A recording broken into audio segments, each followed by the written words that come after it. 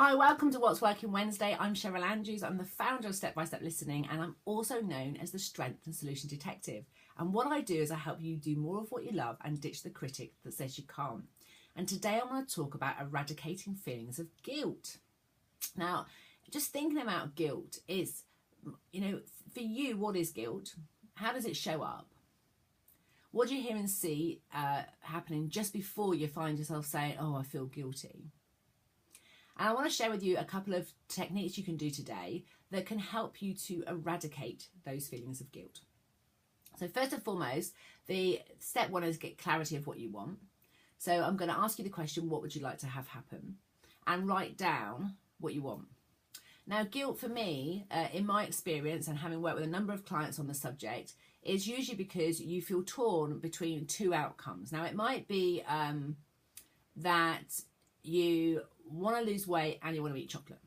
So you feel guilty when you eat the chocolate because that's going to sabotage the weight loss. Or you want to give your children everything they need, but you don't earn enough money, so you have to work harder. Or you really want to be there as a loving, supporting parent, but you'd really like some time out for yourself, and you feel guilty for not wanting to be with them 24/7. Okay, so they're the kinds of things. So the first thing is to get really, really clear about what you want to have happen. So, and have ands in between if you've got more than one. So I'd like to be able to eat chocolate and lose weight. I would like to be a really loving parent and have time off guilt-free, maybe. So whatever it is, but the important bit is that you put an and then check out that statement that is solution focused. Now, if you've got things like lose weight or without feeling guilty, they're what we would call in the trade a remedy. So they're things that you're moving away from. So those questions, if you've got anything that says, I don't want something, I want less of something, or then ask the questions. So when you, for example, don't feel guilty, then what happens? So when I'm a loving parent and I have time on my own and I feel great about it, is what might be happening when I don't have guilt. If I'm losing weight and eating chocolate, then I'll be healthy and eating chocolate. And it's like, how do you get that? Just get really clear. So the first thing is clarity.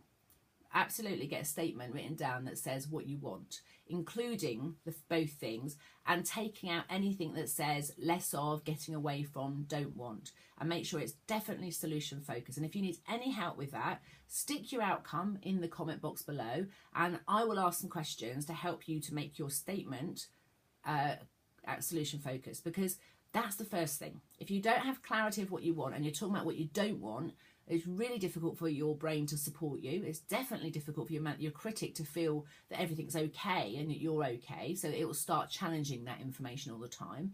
And it's definitely impossible to ask people around you to support you because all you're telling them is what you don't want rather than what you do want. So that's step one, is clarity. Step two is confidence in your own different ways of being. So if you're kind of like, what stops some people from being okay with this guilt is the fact they don't actually fully understand that we all do think differently, and that how we work and how we learn and how we live at our very best often requires us having a break from people. It often requires variation. So you knowing yourself really well is really important. And one of the tools that I've use that can very quickly in 20 minutes just give you some insights and make you feel better about yourself and give you some sense of, oh, that's okay. I'm okay being like this. It's okay for me to want and need these things. It's okay for me to think differently to other people. And that's the Wealth Dynamics tool. So again, I've put some links below so you can have a look at that. And if you want to find out more, please get in touch with me and I'll get you a token so you can get the full report. But there is a link below so you can do the free one that will tell you a little bit about your 4 energies. And if you want to know more about that, that's great. But confidence comes when you know yourself well. You start to stop giving yourself a hard time because you think you should be a certain way, and you start to really embrace your strengths, and then that's when you can become strength and solution focused. And lastly, the bit about change is if you are going through lots of change in your life and guilt keeps throwing up, the likelihood is, even though you know what you want and it's solution focused, even though you know your strengths, the likelihood is you don't have the right support around you. Change is challenging, and the brain's going to go through lots of things, and it needs to be updated constantly and celebrating the improvements that are happening. And if you don't have somebody externally from you who is going to keep your attention on what is working, then you need to have strategies in place to make sure you're recognizing the changes that are happening and that how much closer you are getting to the outcome that you wanted. So celebrating improvements is really important. So if you can do that for yourself, that's fab. If you can't, then find a friend, or again, use this link, put down things that are going on, and I can ask you questions about what is working for you, and then we can see what we can do to support each other here online on the YouTube channel. Thanks for joining today, and please let me know what happens to guilt after doing this activity.